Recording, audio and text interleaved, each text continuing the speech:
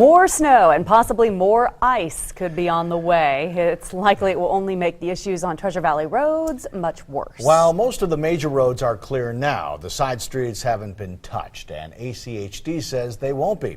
After many of you complained about the conditions, On Your Side's Chris Oswalt investigated to find out why Boise doesn't clear the roads. He's live with what he uncovered. Good evening, Dawn and Michelle. ACHD is responsible for more than 2,200 miles of roadway across the entire county. The majority of those, side streets like this, go untouched. And this is what happens when they don't get plowed. They become a thick sheet of snow and ice. It makes travel dangerous. ACHD says the streets must go untouched, and they put the blame on a limited number of available resources.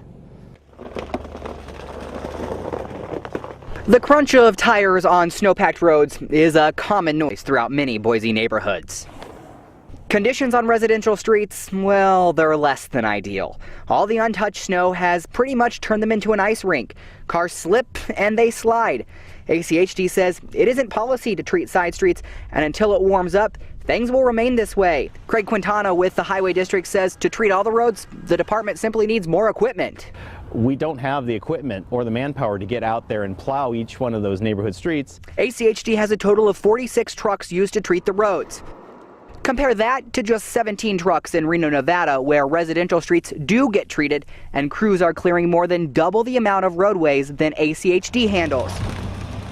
Reno also has a much smaller staff. The biggest little city in the world has 75 people working the roads. ACHD has 126. Eric Strunge is the Maintenance and Operations Director for the city of Reno.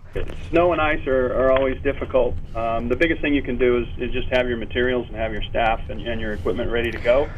Residential streets in Reno are the last to get cleared. They always get sanded, but only get plowed about 40% of the time. If conditions allow it and our higher priorities are complete, we will then focus our efforts on the residential streets, the priority 4s.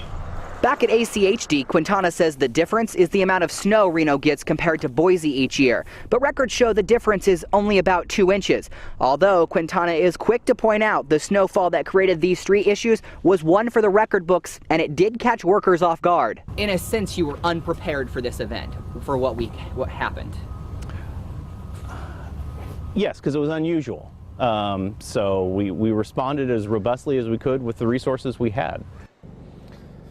Now, Boise does seem to be in the minority when it comes to not treating side streets. I also checked with Salt Lake City, Spokane, and Idaho Falls.